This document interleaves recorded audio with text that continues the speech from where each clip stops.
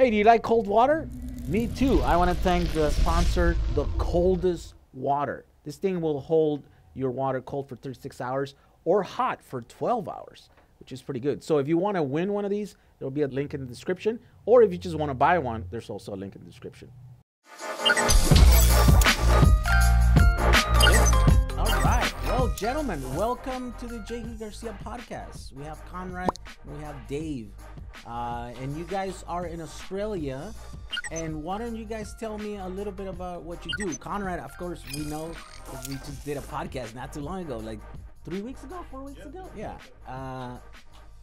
But Dave, can you tell us a little bit about what you do? Your shop? Yeah, for sure. Yeah, so we basically convert old Land Rovers into EVs. And so really started with a focus on a singular sort of model or a range of models for a few reasons. I mean, one, that Land Rovers from sort of 1958 to 2016, when they stopped making the classic Defender, are basically the same car, interchangeable body panels, apart from a shift from leaf springs to coil springs, same chassis, and there's thousands of them around in Australia. And so just in a way that, I mean, I can see a Volkswagen bus behind you, and in a way that there's like a classic iconic shape of like, what is a cool van? Whether you call it a Jeep or a Land Cruiser or a Land Rover, that shape of a classic Land Rover is just, it's like a kid's drawing of a car, right? And so people have this nostalgia for them, even if they've never driven them. There's an idea of, you saw it exploring Africa or exploring Australia or wherever it might be, or down an English country lane. This shape of this car is quite iconic, and old cars are a great platform for EV conversions. Lots of squares, lots of right angles, and particularly with these old cars, because they're all aluminium. So the chassis is steel, but the body panel is aluminium. So what happened in Australia was that everyone bought them. Australia was buying like half of the Land Rovers made in the 60s and 70s. Every farm had one. We were good citizens of the British Commonwealth. It was the car that every farmer bought. And then Toyota came along with a more reliable product and a better, more powerful engine. And everyone put these cars away in the sort of 70s, 80s, put them in the shed and forgot about them. But because they're aluminium, they haven't rusted. So we have this amazing stockpile of these classic, beautiful cars, lend themselves great to EV conversions, and are relatively affordable, and brand new panels available, and very easy to work with. So it was sort of a thought that we could start with a particular model that sort of worked for Australia. Like Australia is, and you probably talked to Conrad about this, but the uptake of EVs in Australia is pretty abysmal. And one of those reasons is that we think that if you look at the kind of cars that Australians buy, which are, if you look at the top 15 car sales every month, it's all 4x4s, trucks, SUVs. It's all four-wheel drives all the way down, maybe a couple of hatchbacks in there. And that doesn't really cross over with, high-end luxury sedans like a Tesla, or even the few sort of, hatchbacks that we do have, Hyundai Konas and that sort of thing, which are sort of a different price range. So the cars Australians buy are 4x4s, but where are the 4x4 EVs, right? And they're still not here. You've got Rivian and Cybertruck, which might not even come to Australia. So let's build a car that fits the kind of cars that Australians want to drive, and in many cases need to drive, depending on where they live in the country. Still a lot of dirt roads. So let's take a car that it's already in everyone's imagination. Everyone already thinks it's cool. Its only downside was an underpowered, unreliable engine. And this is like a Volkswagen story, right? And put an EV in it and make it something that is suddenly so much cooler and so much more approachable and exciting, and then still quite useful. The good thing about utility vehicles is, a sort of 3.5 ton towing capacity and a 800 kilo cargo capacity is still what a brand new truck has. So you can turn these old 70s cars into EVs and still use it just like you would use a brand new truck. So it's adding capability, it's adding coolness, it's bringing, obviously all the other benefits of EV coming along with it, but it's a car that kind of fits the Australian imagination was really what we were trying to do. Wow. That's pretty cool. I'm one of those people that didn't like that shape of cars, but the older I'm getting, I'm like, these things are pretty amazing. And of course, now I'm looking at things a little bit different because I'm converting my whole fleet of these BW buses. But I always have like this. The next ones are the Jeep type of vehicles, which are these. You know, the square, all-wheel drive, four-wheel drive. You know, exploring type of vehicles, right? So, yeah, that shape is growing on me, and I think eventually I will have one of those. Now, I didn't know they were made out of aluminum. That's actually a pretty cool concept because all of these are rusted, right? And we have to like do a lot of work to fix them. Right. So we do a complete rebuild on the. We do some conversions of newer ones, but we predominantly do complete rebuilds. And there's still all the normal stuff of rebuilding an old car and rebuilding axles and repairing chassis and all of that. But then you get to the bodywork, and you sandblast it down, and it's ready to go. And if a panel isn't great, like the great thing about Land Rovers and staying the same for 70 years means that if a door is rusted out, a brand new door for us is $200 to buy. Wow. So it's we can hand a not quite right door over to someone who's doing their own repair in their backyard, where cost is the primary concern. For us, time is the biggest cost. So we can take a panel from a 1958 car and put it on a 2006 car or vice versa, which means that the part supply, particularly out of the UK, is huge. So it makes that body repair thing just not the time sink and the repair job that it otherwise would be. Wow, I didn't know that. I didn't know about these, and they're Land Rovers. Land Rovers, yeah. So back in the day, like Land Rover, who now make Range Rovers and Discoveries and all these other cars, that was the one. It was like the Rover company made sedans, and then they made a Land Rover, and it was inspired by the Jeep. Originally, the guys used it in World War II, saw the Jeep, thought this would be a great car for a farm, kind of built their own. The British government said, yes, you can proceed with this new car model, but you're not allowed to use steel. Steel's really precious for us post-war. But if you can use aluminium, which we've got heaps of because we're not building all these fighter planes anymore, if you use the aluminium, then go ahead. And so, like many things in the car, it's a design, a feature, you might say, that was caused purely out of necessity. And so they're a very, very simple vehicle because they've only changed something when it absolutely had to be changed by supply limitations, legalities, restrictions, something like that. But it meant it kept a very simple sort of working platform for 70 years. Wow. Yeah, that's pretty amazing. It's similar to the story of BW, right? Where they originally had one model and that was their thing. It wasn't until the English got in there and then eventually they started changing them. But for many, many, many years, the BW Bug, the Beetle, was one model. I mean, it didn't change. Eventually, little changes. Yeah. And then these came after, right? I know people like to tell me, like, hey, you're driving Hitler's car. And I'm like, not really. This one came after. It's a creation of, the English people and Ben Pon, which he was a Polish guy. That's very interesting. I didn't know all that stuff about Range Rovers. They are kind of my radar because, again, here we have one local company that is doing cool stuff with similar cars, the Icon. Right, and they do Broncos, and those are amazing. You see them eventually on here. They're hard to get now because people are developing this new appreciation for that shape of vehicle, right?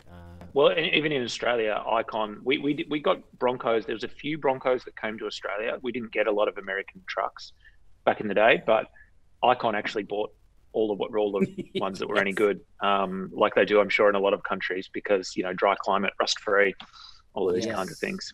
I think they cleaned out here too. Like they're hard to get because there's not that many to begin with, and they're doing these high-end restorations. So tell me about how much do they weigh since they're made out of aluminum? They're fairly light vehicles. Yeah, I guess so. I mean, like a short wheelbase model, so like a two-door model. Would be about 1,500 kilos, and then you get up to sort of 2 ton, so 2,000 kilos for the longer wheelbase. They're light partly because there's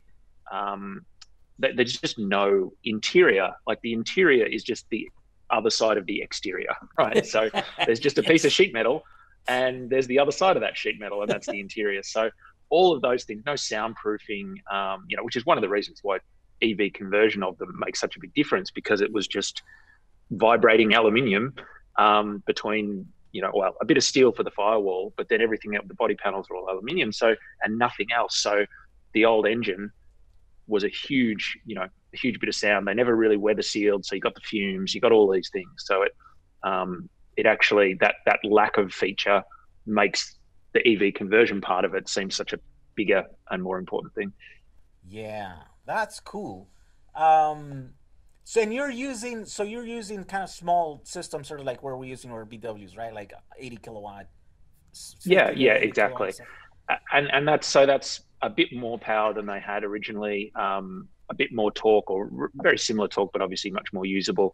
And I think these are old cars, right? They're old solid axle cars that are essentially working on a 1940s, 50s design that was agricultural and not built for high top speeds. So they're not built to be performance vehicles, and they shouldn't be. And we don't want to encourage people to do that.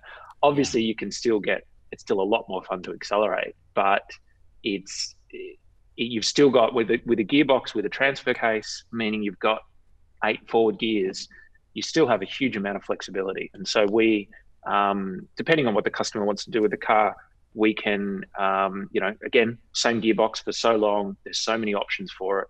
We can put in different gears to make, fourth gear a gear that is super useful on doing 100 kilometers an hour on an Australian highway. Whereas really they used to sort of feel comfortable at 80 kilometers an hour. So we can put in some different gears, and we can keep the low range low so that you've still got that off-road performance. But like any manual EV, you sort of have a city gear and a highway gear. But then these, of course, you've got a low range and then that other flexibility if you're wanting to do some sort of crazy stuff off-road. Yeah, so like on these ones, right, on the buses and the bugs and stuff, they're light enough so that we can literally use a single gear. We usually leave like a stock, mid 60s Beetle transmission. I don't know what the gear ratio is on that, but it has enough torque to get this 3,000 pound vehicle going from a dead stop and then reach, highway speeds here in California. Is that the same over there? Or these are slightly more heavier?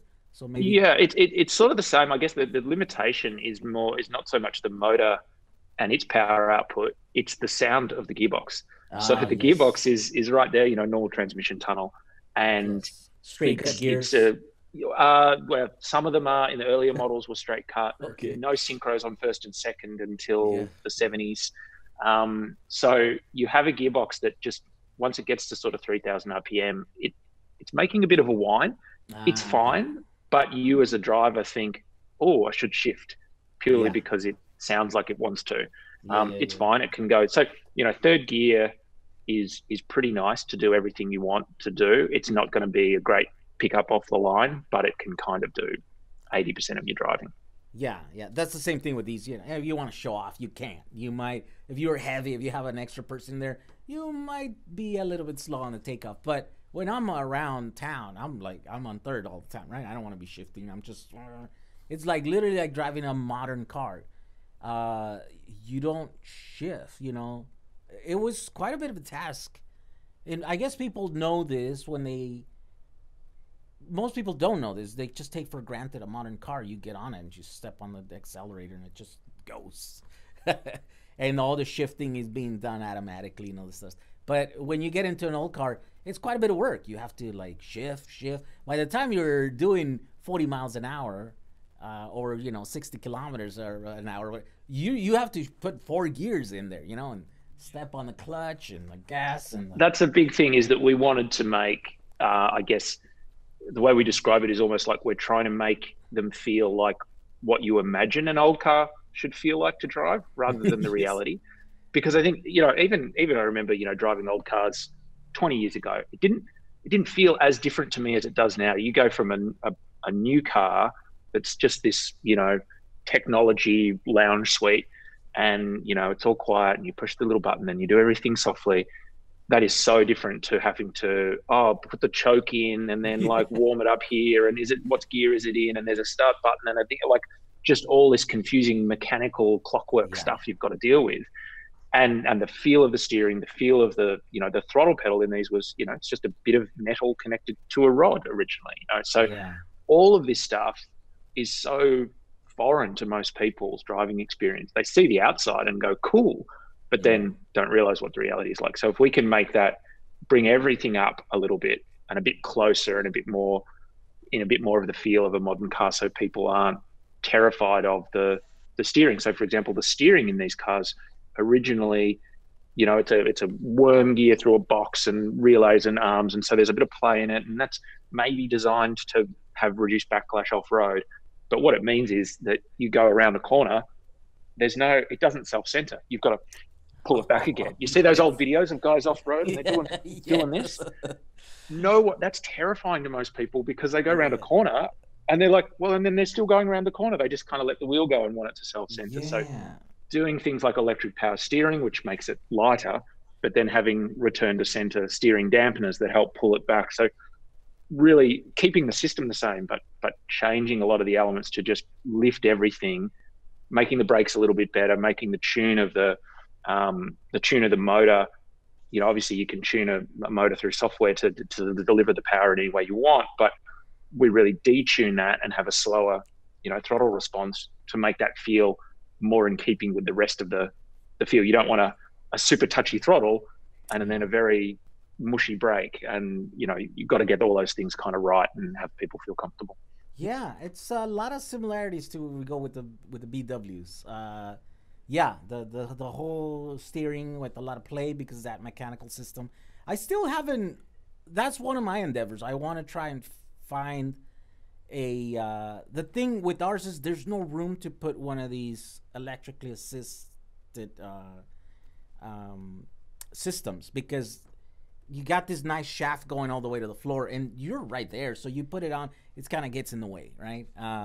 And there's no room underneath the floor because you literally have that and all the mechanics. So then you're like, well, you're down to having a rack, right? Maybe like a rack that is, I don't know. There's a bunch of systems, right? But we haven't found one yet that works with these buses. And there's quite a bit of engineering that has to be done to do that. And so that's one of the things that keep these cars from really feeling like a modern car as far as safety. Yeah. Anything above like 60 miles an hour, these cars feel unsafe no matter what you do. It doesn't change. The fact that you can turn easily at low speeds doesn't stop it from feeling very unsafe at high speeds. They start wandering. There's still that wander. They're just not built for it. I mean, you can get the steering just right, but still it's yes. So that's why. What's that? Oh, my Beetle's the same. Anything over right? 50 mile an hour, you sort of but that's the fun. But for having driven a converted Beetle, you do 40 miles an hour and it feels fast and it feels great, and it's the same with these, right? You don't need to do anything above 60 and you feel it's a super fun thing. You don't need to have that crazy speed. I used to vlog while I was like driving and stuff, like I used to do daily vlogging at one point, and people used to be like, hey, why are you driving? It's like, this is unsafe or whatever. I'm like, first of all, I'm in the world's unsafest car. Like, it doesn't have anything between you. Like, you're essentially the crush zone, the crumple zone. Two, I'm actually doing half the speed that it seems like, because everything feels like you're going really fast. My wife gets in this thing. She goes, why are you going so fast? And I'm like, I'm doing like 30 miles an hour. What are you talking about? So it keeps you from going faster than you should go because you feel twice as unsafe. So I'm like, it kind of evens out here, It's a good thing. It's a safety feature. There's some stat from the UK that was like something about old Land Rovers in crashes, and ladder frame chassis, simple body, no real occupancy protection, but a big old ladder frame does have some benefits in some situations. And the stat was basically that if you were in a crash to a certain level, you were least likely to be injured in a Land Rover because it's just a big solid box and you're fine. But as soon as the crash severity ticks over, you're more likely to die in a Land Rover. So it was like, you're fine or you're dead. And there was no in between based on, you know, and maybe that's the most classic cars in a sense that I think so. Yeah, I think it's the same with these, you know, it's like these are literally the world's more dangerous cars, I think. Especially these converted ones, because this now goes like a modern car. It goes fast. If I step on it, you pick up speed really quickly, right? And also the brakes are really bad. They used to have drum brakes all around, and they were single circuit, you know, with a tiny little master cylinder. So you really had to like push on those brakes, and they were non-adjusting. So you literally had to adjust them every, I don't know, 4,000 miles. I don't know. Whenever you had to adjust the valves, you had to go and adjust the brakes. And no one ever did it. So that means everyone drove around with brakes that you had to like, you had to plan. Totally. That was what the gears were for, right? Was the gears of your brakes? Yeah. Get the speed off. Yeah. Have you ever used, Jehu, the reverse switch as a braking switch while you're going forward? I have a switch. Oh no, I have a hydraulic transducer on my system. So when I step on my brakes, it actually locks up the, like, you know, the electric brakes. Yeah, region. Yeah. So I mapped it up and stuff, and it's kind of aggressive. As soon as I stepped on the thing, 50% of my braking is really through the motor. Okay, when it's not raining. Yeah. It doesn't rain in California, so I'm fine.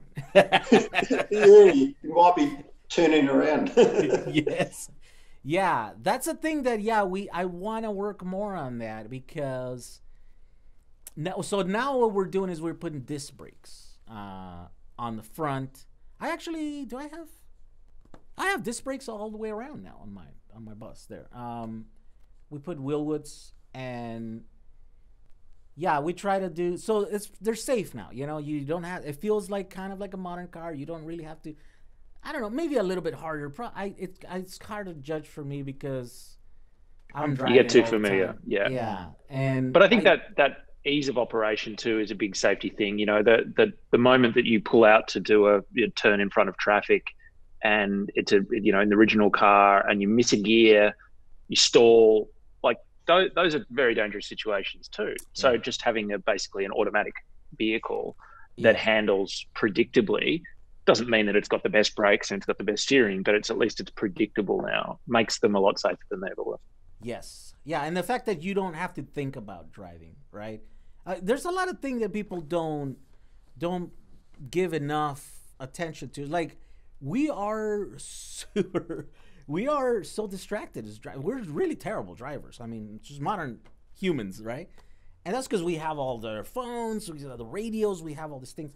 But in the early days, it required a lot of attention because you had to be doing a lot of stuff to drive. And since now we don't, it kind of works against us. But it is a thing that the less you have to do, the more attention you have to pay on the road, right? So it should work. It's a question that people ask, when classic EV conversion is like, does it change you're ruining the feel or the soul or the something? And of course there is something about particular, internal combustion engines, but the feel of the car, you realize once, with these old Land Rovers, you convert them to EV, you realize that 25% of your brain more was just stressed out, like doing this and listening to that and feeling this and all those things. Yes. That now you're like, now I can actually appreciate the fact that I'm driving through the bush and up this hill and all these things. Like it feels the same, but it just doesn't feel like this mental burden that was going on. And I think that I like that it stops kind of gatekeeping classic cars, because it means that they're accessible to anybody, and it's not like you have to actually understand this, this is how an engine works, this is how a gearbox works, this is all this stuff. It's just like, no, just you can drive it and you can appreciate all the things that it wanted to be and wanted to do when it was designed. We're just getting through the limitations of the technology they had. Yeah, I think so. I think people get wrapped up in this the sound. You're gonna miss the sound. You're gonna miss the feel. You're gonna miss the rattles. You're gonna miss the problems. Oh, you still hear the rattles. Yeah, you can still hear the rattles. It's still an old car. But you won't be breaking down all the time. You won't have to adjust the valves every month. And you can have a conversation. You can actually have a conversation with the person next to you. Yes. Yeah. Unless you're going 60 miles an hour in that wind, that tornado outside. Yeah. It's like, how do you get rid of it? Oh, you don't. It's just the design of the thing. That's the thing that's still, after all the, like, you know, oh, isn't it, you know, you first get in it and you drive and, oh, wow, I'm not changing gear and all this. That's the thing that still gets us and people kind of just twig. Like, I'll take someone who's familiar with these cars for a drive, and it's amazing at first, and then we're driving around and, you know, and then we're having a conversation, and suddenly they'll twig that we're doing 60 kilometers an hour and having a normal conversation, can actually hear each other, can speak at a normal volume. And those little things, they're the things that I guess keep surprising people and make it just, ongoing special. Yeah, definitely. If you want to have a car and drive it and enjoy the drive, electric, there's no way to, you know, it's like, I don't know. There's different people for everything, right? But definitely I enjoy the styling of a classic car. Not necessarily the tech. The BWs were underpowered. You're saying the same, they suffer the same problem. That was not a fun thing to have, right? Because low gearing ratios, that's terrible. It's a cog on the low gears. You have to be doing all the shifting. It's not really, I mean, I guess if you're into that, if you're into... Yeah, if the fun for you is operating a complex explosion clockwork machine, that's a different fun thing to do, right? But that's different to just wanting to drive around and get somewhere, or, you know. Or enjoy the drive. I mean, my bus. So the reason I was telling Conrad here last time is that I'm building a fleet of these because I love going to Hawaii. And in Hawaii, you got this beautiful, you know, views of, you know, the waterfalls and all the nature and stuff.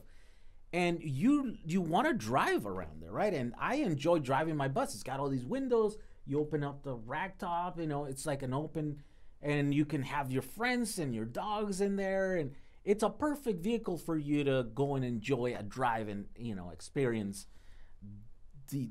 And that's what we that's the same for us, is that's the thing, is that I think I've talked about it in some of the videos we've put out there, that it's like every car company would want to say, you know, every car company advertises that their cars are about the adventure and the drive and get out of here. But really, they're built as like commuter boxes that, you know, you're in traffic for 30, 40 an hour, 2 hours a day, and you want a comfortable environment to be in that's as autonomous as possible. But what we're trying to build is something where you're driving these somewhere where you want to look out the window. So we're not, the fact that we might be able to put Apple CarPlay in there is not the standout feature. Standout feature is that there's less distractions and more, you know, more windows, more view, less safety maybe from that. But that idea that you're driving to get somewhere and appreciate the journey, the destination, and all the things that come with, you know, having that mobility, right? And how are you dealing with the all-wheel drive? Are you still using the same drive line, basically like the transfer case with all the shafts and all that stuff? All the things. If we're using, say, a Hyper 9, then that's mating to just to the original gearbox. So we have all the gears, then the transfer case, which gives us high and low range, and you know, lockable four-wheel drive. And then one of the next vehicles we're building, working with Conrad, is putting a Tesla motor in. So with the newer vehicles, so while it's a similar platform, once you get to 2000s, you've got disc brakes and you've got better handling and you've got all these other things that make it a bit safer. And obviously they had more powerful engines, so it makes it easier for us to get engineering approvals and all these things. But we take like electric classic cars have done, right? You've seen that they've done those 3 Defenders. They've put the Tesla motor in, and it's, you know, rather than be a transaxle, they've flipped it round and made it drive front and rear. So going to be using the same kit through Zero EV and doing that and replacing the whole transmission just with a Tesla motor. Oh, it's not, so that's a project that you guys have going on, or they're going right now. Yeah. Wow. That's so we've got another one too. We have a Scout. That's what I was assuming. You remember the old Scouts from over here? Oh, International Scouts, yeah. Oh, Scouts. What do those look like? It's so similar shape? Like a Bronco, but Like a Bronco? slightly different shape. Like, yeah, I mean, someone, I mean, there'd probably only be a handful of those in Australia, Conrad. Yeah, I'll find it. If you can... Oh, there we go. Oh, wow. Yeah, okay, it's just like a little... That one's like a little truck, right? Yeah. Okay. Yeah, so we're putting this one on the Model 3 Pack 4 because we want to put 2 modules under each back seat. Test drive goes in the transmission tunnel with the output shaft to the front and rear differential. Yeah. So, that's going to be awesome. Yeah. Do you have to change the differential in the drivetrain, on the Tesla drivetrain? Because it's got a diff, right? It's got a differential that is next to the motor there, right? But now those shafts are not going to wheels. Those are going now to their own differentials, front and rear differential. Do you have to change that? Yeah, so funny story. Dave's actually waiting on a drive unit, and the last set of Quay 4.5 gear sets to put in that large Tesla drive went to EV West for the electric liner. The one that they're taking right now to... they took the last set. Oh, wow. They literally are on their way right now. 12 hours ago, they were loading it up in a car. And EV West, for those who don't know, they're building a land speed record vehicle, which looks like a bullet. And they put a Tesla drive unit on there. And they changed the gearing ratio. Yeah, right? Yeah, exactly. So I've got to send an email to the customer, our customer for that car, which it's a long build process anyway. But say, look, sorry, this one part has gone to a world speed record. You're just going to have to wait a little bit more. But that's an okay story to tell. Yeah, because Quaker still locked down in the UK with COVID. So we take out. Yeah, they take out that 9.2 Tesla ratio and put in a 4.5, and then you can come back through those differentials. Oh, but that's a different differential, right? Now it's is it the same, or is it what are the different types? There's a posse and then there's a limited slip one. It's a posse, or what they call it, an ABR, ATB, like auto torsion biasing. It's like who does them? Detroit lockers do them. It's not a limited slip diff. It's sort of like that, but it's using gearing rather than clutch packs slipping. So you get this permanent, and you can get these gear sets. They've been using them in Land Rovers and other four-wheel drives for a long time. So instead of having, say, often people will put a locker in the front or the rear differential, and that will be like literally putting a pin in and locking the diff. But you can replace the gear set with these sort of, I guess, more aggressive than a limited slip diff, and it will automatically, it helps you stay tracked down the road, but it also works off-road as well, and stops any kind of too much difference in either wheel. So basically that similar principle put in the Tesla motor. Wow. And is there a vehicle already that has this setup, or whoever builds one right now is going to be the first? Because I'm not familiar with anyone doing that. Electric classic cars, they're the 3 Defenders that they've recently built, and they've posted a few little videos and Instagrams. And I think there's probably one of their TV episodes coming up goes through it. Okay. But that's how they've done those vehicles. So same setup. It's a proven setup. Well, yeah, proven by proof a couple of thousand miles, basically. Yeah. They built it, so it works. I've seen it drive, so yeah. I mean, I feel pretty confident. Like, this was a proof of concept for me, and it was done 7 years ago, and I'm still trying. So I'm like, hey, it worked. Yeah. Most of my things are like that. I remember doing some weird things, like I kept blowing or welding shut my contactor. Was it shut? Yeah, it was close. And I'm like, what is going on here? Is this undersized? I'm like, I think this is an undersized contactor, right? So it's creating too much heat, so it's welding it shut. Okay, so I'm like, I'm going to try using 2, we had a ton of these ones that were smaller, but we had a ton of them because they were off of a fleet that's smart for 2 cars, right? And so we had boxes of them, literally, right? So I thought, like, well, and the one that I needed was 24-volt coils, and the ones that were 12-volt coils. So I thought, oh, I'll just wire the coils in series and then the actual outputs in parallel. I'm like, I'm going to do it. And I posted a video explaining how I was thinking about doing this and, how I would do it. Oh my God. The internet was basically, they threw the book at me. They basically told me every reason why it might not work. But no one ever said like, hey, you should try it. So I did it. 7 years later, that's the 2 contactors that I still have. Not a problem after that, right? But it's weird how people are like, no, you shouldn't do that because it might not work. And you're like, I know. Well, when would we have done anything, right? I think a friend of mine told me when I was first starting to making our sort of vlog that we do around the build process. He was like, always put one error in so that the internet has something to comment on and get excited about, because it's going to create more interest and more comments. Yeah, people remember you for your failures before your successes. Yeah. Hey, gents, I have another Zoom in 5 minutes with another customer. So I'm sure Dave will talk. Oh yeah. No, we'll keep the conversation. You're busy. You're busy today, Conrad. Oh yeah, because you're just starting your day. Yeah. Wait, but isn't it Saturday over there? It's the weekend. Yeah, that's when most of the customers want to talk to you. Oh, you're a beast. Yeah, you're savage working on weekends. No. All right, you take care. Nice chatting. Okay, thank you for joining us. We'll keep the conversation. Conrad. Yeah, so are you in similar areas of Australia? We, as Americans, don't know any other part of the world. Yeah, so we are, how long would it take me to get to Conrad? Probably 8 hours, 10 hours drive from each other. Oh, wow. So he's kind of closer to Sydney, and I'm in Melbourne. He's kind of close to Sydney, in the mountains near Sydney.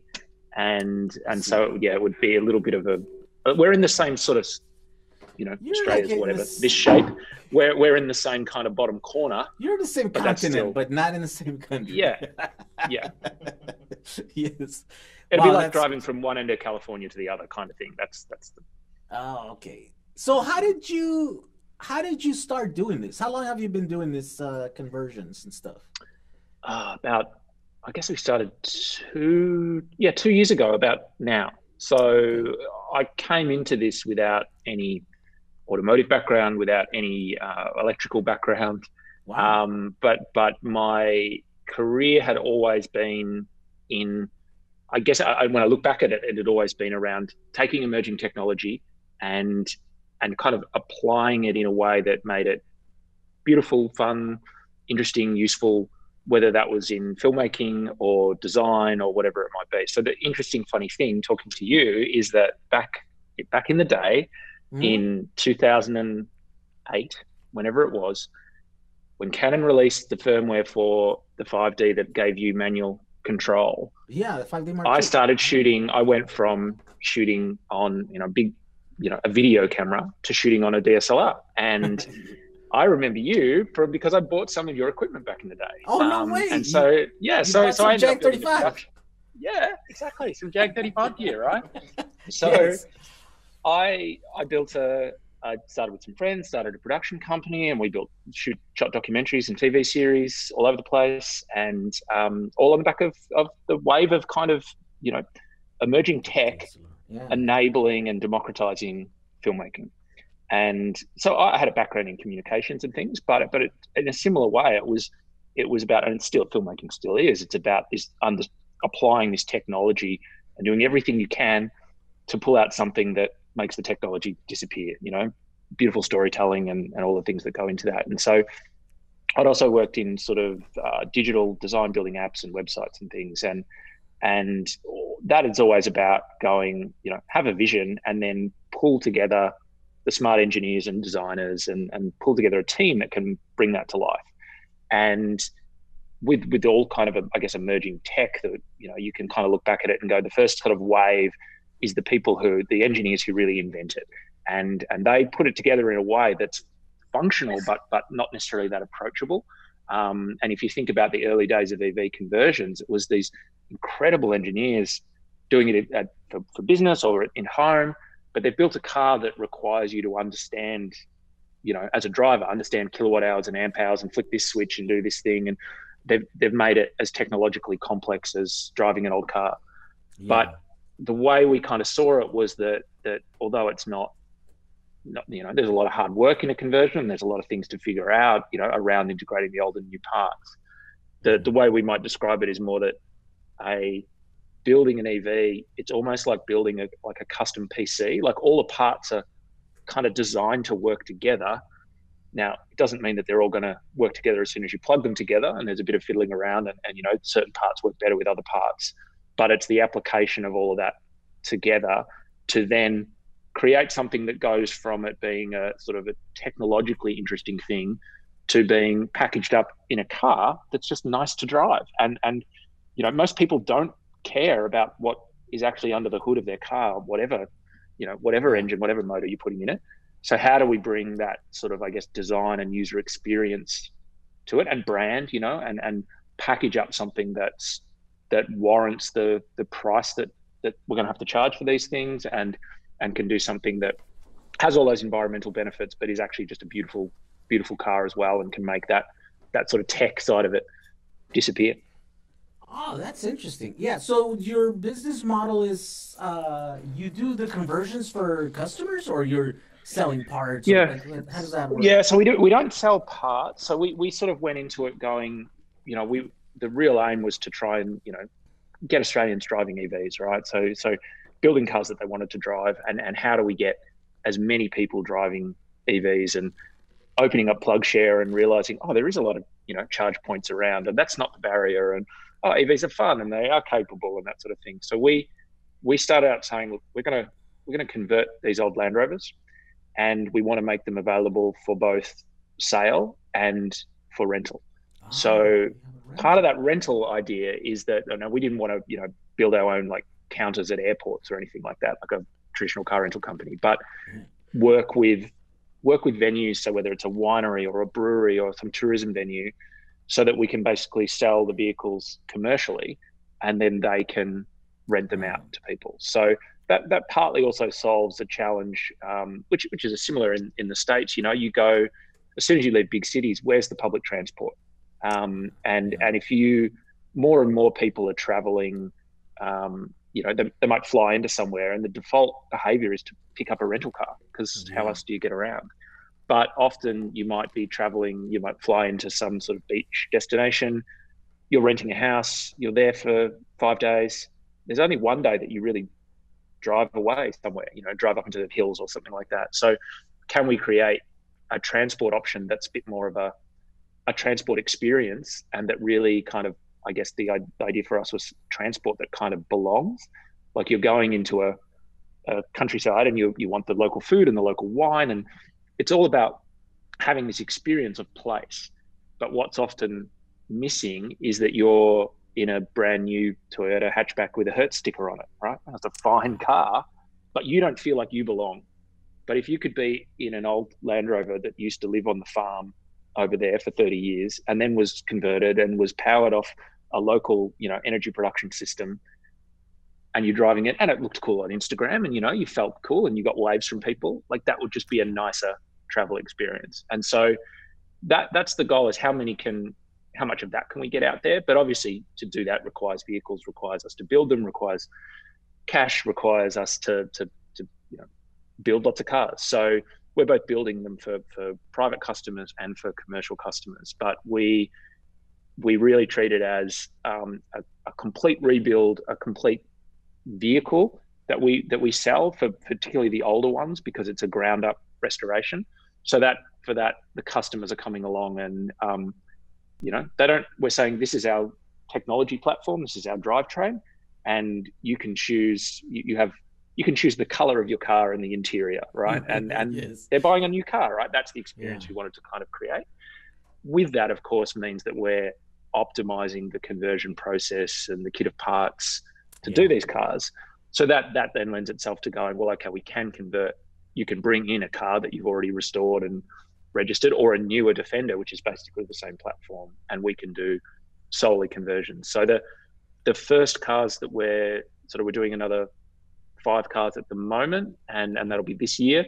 And then next year we'll be doing more sort of drive in, drive out conversions, because we'll have things a bit more streamlined. But all these cars that we're doing now are sort of complete restoration rebuilds. Oh, wow. That's pretty interesting. Yeah, that's very similar to my idea, except mine, I don't want to build cars for others. I want to own them. I always have this thing, like, I don't want to spend time building a thing for someone else. I'm like, even for money, right? Like, my thing is not about making money. My thing is about, doing the things that I'm interested in. And I'm interested in these cars, and I'm interested in these. But as a person that drives a one of them, right? Why would I need to keep? So I need a scheme to be able to keep working on them and building more cars, right? And I'm like, what do we do? And then the whole trip to Hawaii was like, oh my God, Hawaii needs these cars, right? We need these old cars. We don't need these new ones that are spewing, whatever, carbohydrates.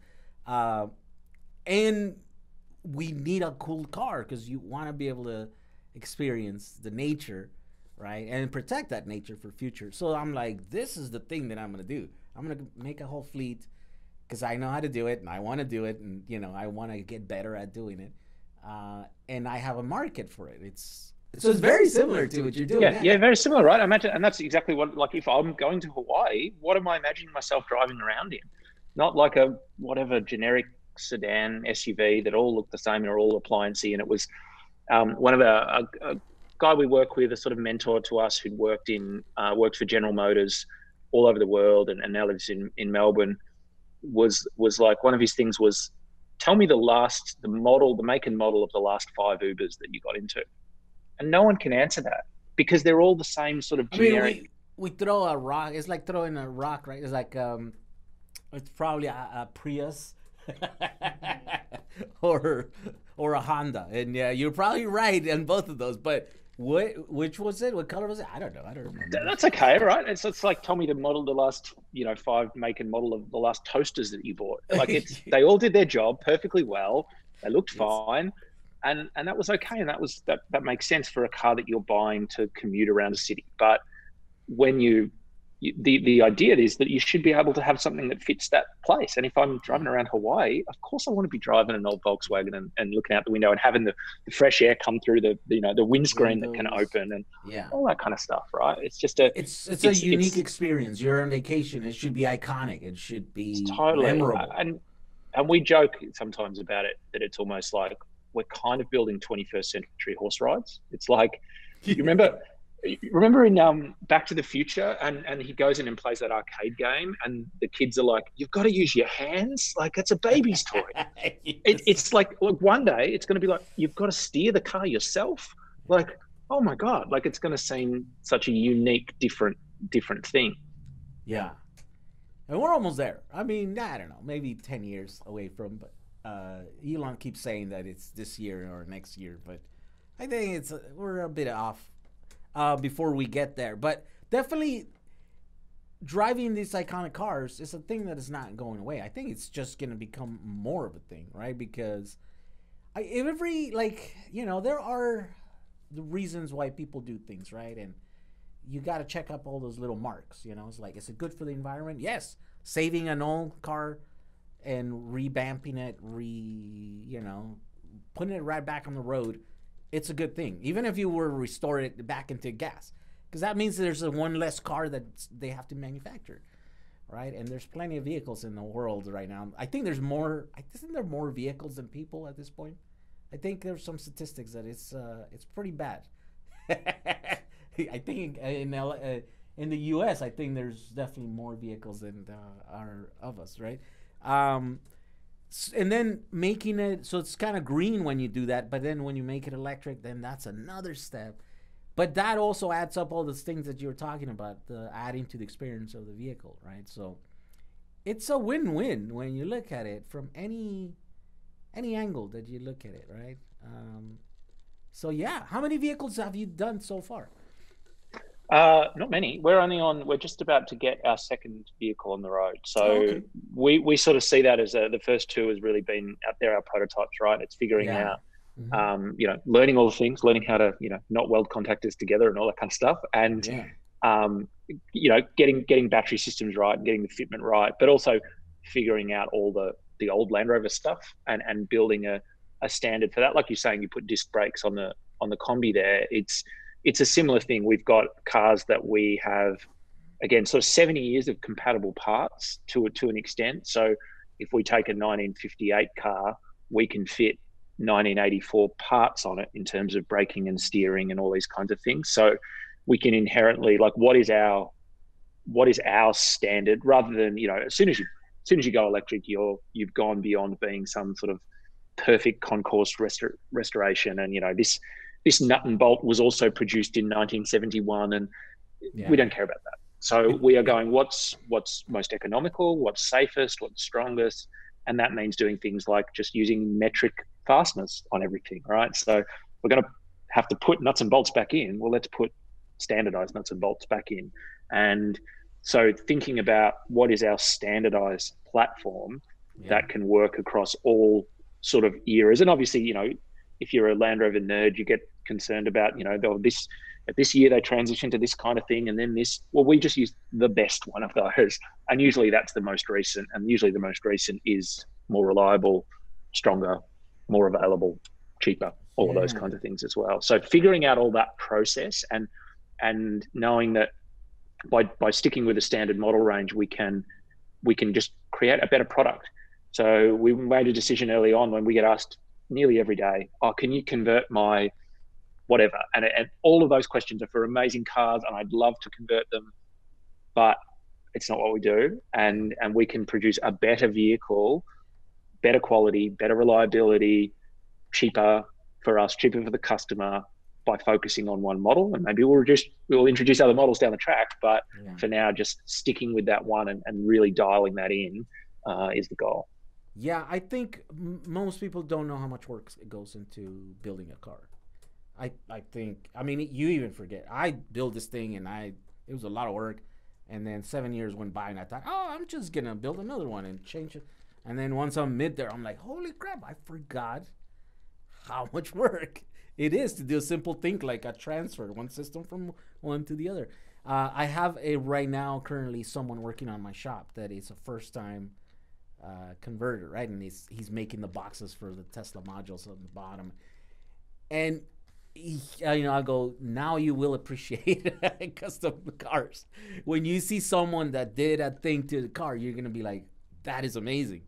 Where before you look at it, you're like, okay, so it's a car, it's funky. Oh, they put a different engine in there. A big deal. Oh, what's a big deal about that? You know, it's like, no, you don't realize there's a ton of engineering that goes in there. And I think that's a big challenge sometimes from an education point of view. Is people can you know, they'll Google electric motor, and they'll end up on EV West, and they'll see in a Hyper 9, and it's a few grand, it's $4,000 or $5,000, whatever it is, and they're like, oh, cool, I can make an electric car for $5,000, and then it's like, no, it's 20, 30, 40 grand of stuff. That is, it's not.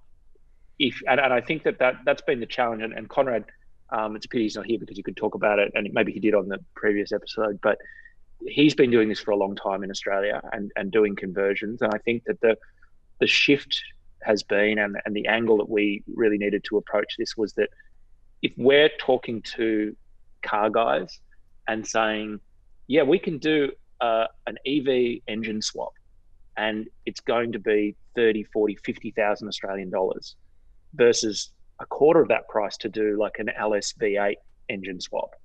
Mm-hmm. They're not going to go for that.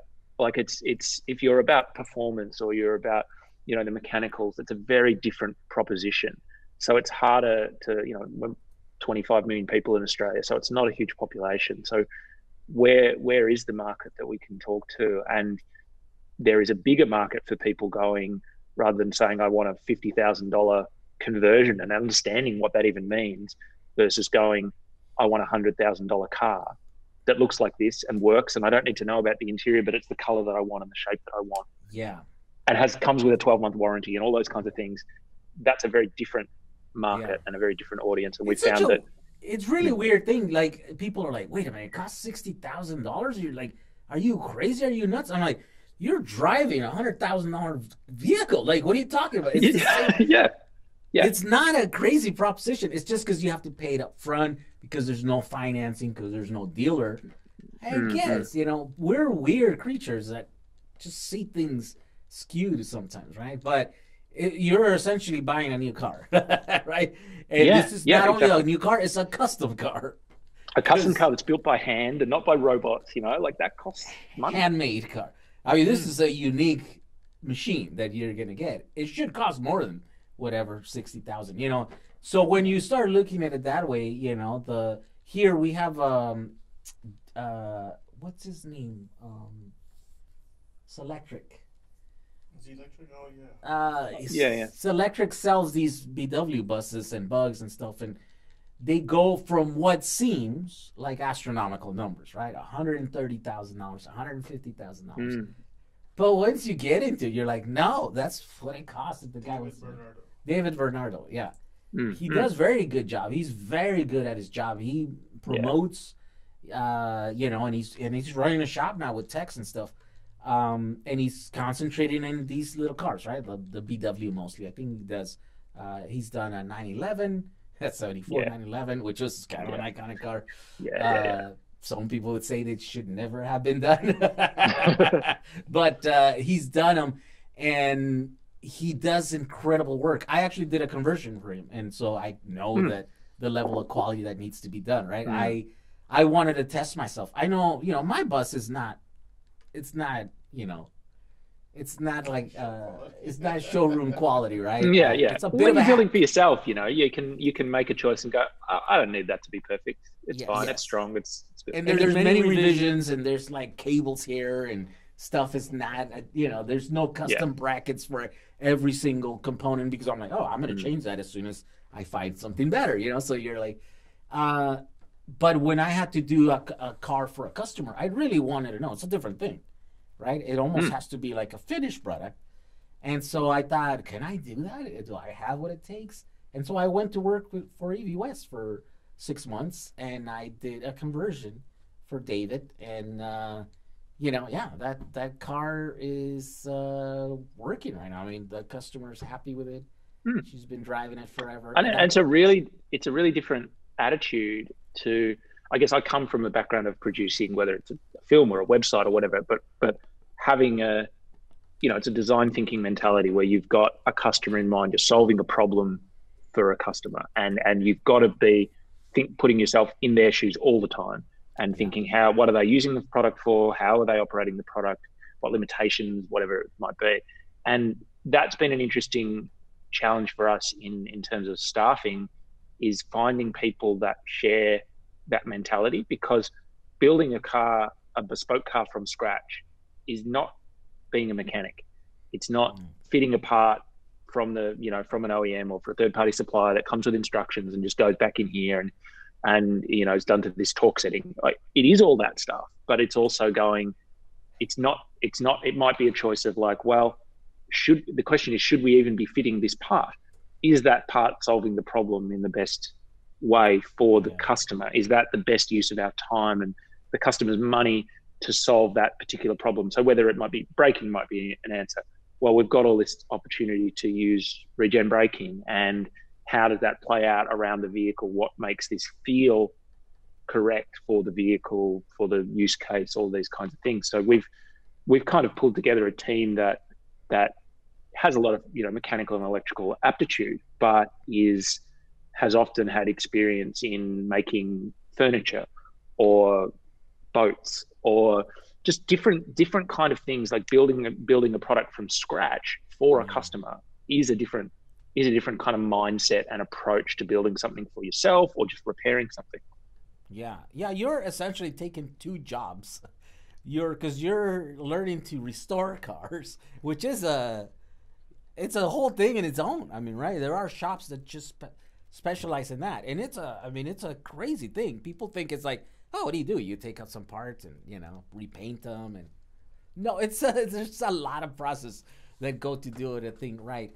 And then you're learning to convert cars. I mean, you're essentially doing two businesses in one. Yeah. I know it sounds stupid. Oh, yeah. And with cars that might be expensive. I don't know, what do one of these ones go for in Australia? So we sort of say from $100,000 for a complete Jaunt vehicle, Oh, 100,000 Australian. So obviously that's different every day depending on the exchange rate for you guys. But and then really about obviously the amount of batteries that you want, amount of customizations that you want. Do you want the let's teak talk about the decking in the back, all that batteries. sort of stuff? Yeah. What kind of batteries have you used, and what are you planning to use in the future? Because battery technology is changing so quickly. It's never been better, by the way. It's like I know it's great. Never been more affordable than now.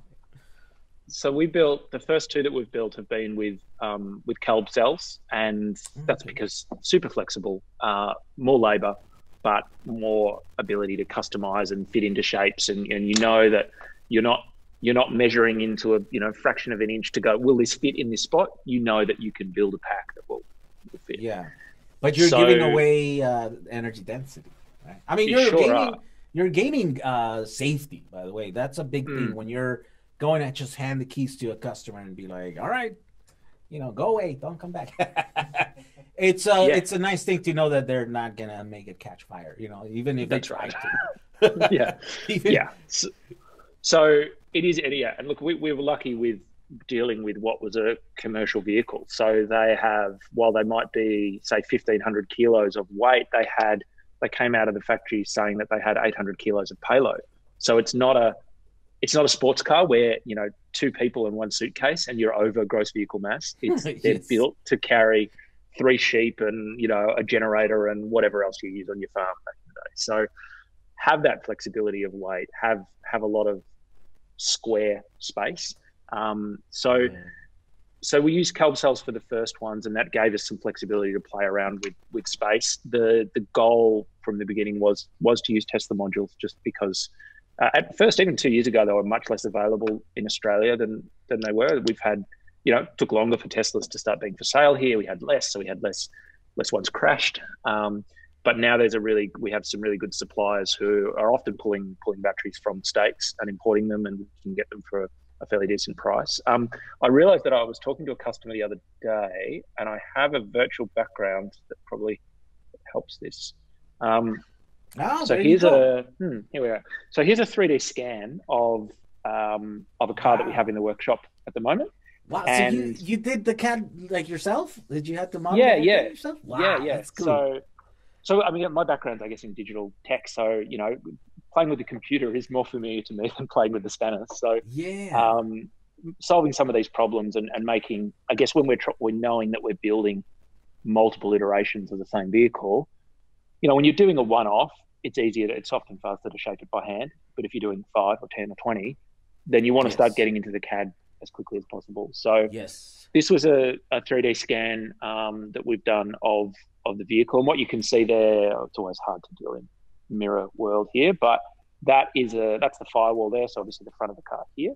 So you have this sort of steel firewall on the Land Rovers, and everything bolts to that. So all the aluminium pieces bolt to that. So within that, you have a lot of flexibility. And what you can see here, the orange sections are the Tesla modules. And so this is just a mock-up of going, okay, well, how do we deal with good weight distribution around, then this is a long wheelbase, there's also a shorter wheelbase, but this is 6 Tesla modules up front. And then very conveniently, in the original cars, the fuel tanks were in the sides here, like under the passenger seats. Wow. And that space you can see between these outriggers on the chassis is like a perfect spot to fit two on each side. So it means that we can have, so we do sort of a few options. We do a 7, a 10 and a 14 module option as standard. And so that's either groups of 5 or groups of 7, meaning groups of sort of 100 volt, groups of 144 volt sort of compatible modules. And that fits nicely. And then at the rear, you can see that, and there's a cross member in the way there, but we're able to remove that and work around it. But Tesla modules fit actually 2 abreast perfectly between the chassis rails as well. So we can get the weight quite low, not intrude in the cabin space at all. Like, it's a really nice, flexible platform to work on. That's what we're doing right now with this bay window right here in our shop. We're putting 14 modules. So we're doing 2 strings of 7S, right? Modules for, was it 42 cells or something? So We're going. Well, I mean, the target is over 200 miles on that bus. I don't know if Yeah. we'll actually get there, and it's a Hyper 9, so it's the same system that you're using. It's the same system, right? It's Yeah. the same thing. And so that's range every customer wants to know range. And Yeah. Will you be doing how you drive, wind will resistance, you be these are all exploring fast charging, like DC fast charging? Yeah, so there's a we've not done it, but we've worked. Do you know James Pauly from Traction EV? Yes, Met James. Yeah, James. right. I met him at EV West. Yeah. Mhm. Yeah. So I actually stayed one of the cars we bought up in Queensland near where he lives, which is like 4 days drive from us. We bought an old car up there and drove it back, just for the fun of it and the danger of it, and stayed at James's house, which is cool. Okay. So we work pretty closely with him. He's built a couple of conversions with 50 kilowatt DC fast charging, and so it's absolutely an option for us. We have a lot of space to put things. So depending on what the customer wants to do, again, it's not what we're trying to build is a car that if you can charge it all night and drive all day, then that's the perfect world, right? And you don't need to. You're dealing in a 9 Yeah, you don't need to be driving 10 hours, Driving 10 hours in an old car, just being electric doesn't make it more comfortable. No, there's definitely not the case for these vehicles. Yeah, these are leisure cars. Totally. And they work better at, you drive at 80 kilometers an hour, 40 miles, 50 miles is, you don't want to go any faster than that. And really what these are for is dirt roads at 20 miles an hour, and that, like what the range is going to be great, right? There's very limited wind resistance you're dealing with. These aren't aerodynamic things, or ergonomic, but so that we think that range can be really nice. And obviously everyone wants to, by the time they're spending that money, a few $1,000s more to increase the range is something that people want to opt for. But I think, we're building one for a customer now who's just commuting with it, just driving 2 suburbs over, and he's fine with 7 batteries. So that'll be 5 in the front, 2 on one side. And because standard, these cars were built to only have only have a fuel tank on one under the driver's seat and not the passenger. So it's a little asymmetrical, but it's fine. Wow, that one bug you? You want to lose sleep over that? I will, and I'll never think about it again, and I'll focus on the next car. Yes, I don't like asymmetry. It bugs me. It's amazing the amount of work that I'll put just to be like, I gotta fit it in here. It's like, but it is what it is. Wow, so that's pretty interesting. Yeah, so these vehicles seem to be like the cousins. They're cousins to the ones that we're doing over here. They're vehicles that need to be updated, and they're iconic and they're useful, and that's pretty amazing. You guys are doing them. There's actually a BW scene down in Australia, right? I follow a couple of guys on Instagram they do amazing work restoring the BW buses. There's some really great workshops, and the value of them, and like in the States, like everywhere, the value's kind of gone through the roof. So, which is great. It sort of makes them more convertible in a way, because people know that they're going to be really an appreciating asset in a sense. Yeah, definitely. You get the questions also, right? Like, can you do my undesirable 1970s car that I have in my backyard? Can you convert that for me? And then you're like, do you really want to spend $50,000 on a piece of junk? People don't get it, right? People don't. And so my first ever car was a Volkswagen bus, and it was, I think I paid $200 for it, and it really it didn't really work at all. We didn't drive it. We put it in our backyard. I was living in like a share house. We put it in the backyard, and we turned it into a DJ booth, and had speakers in the sliding door.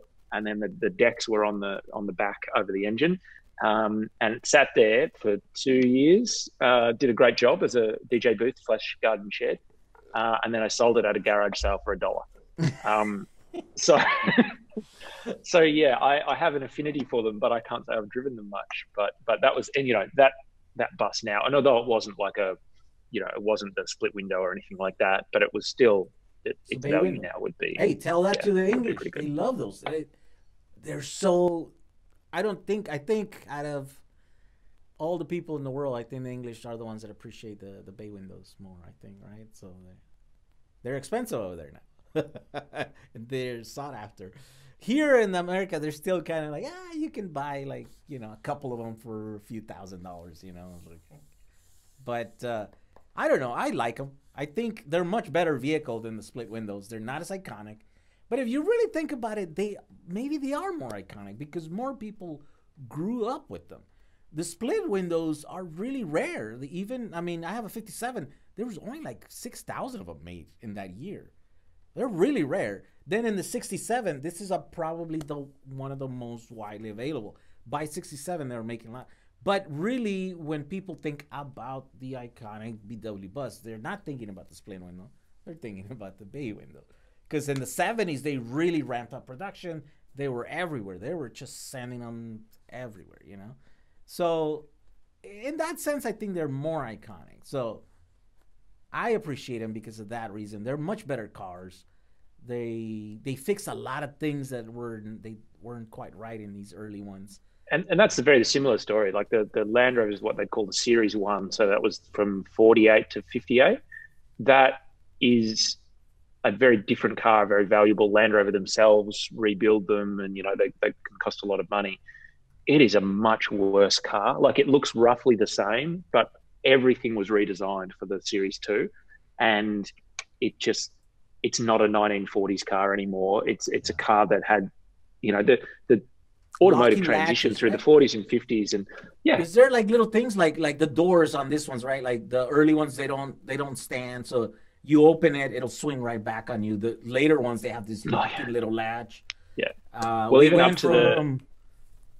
up to 71, the Land Rovers had what I guess I'd call them. We buy anti-burst latches, which are 71 onwards, because pre-1971, the doors just fling open if the wind blows the right way.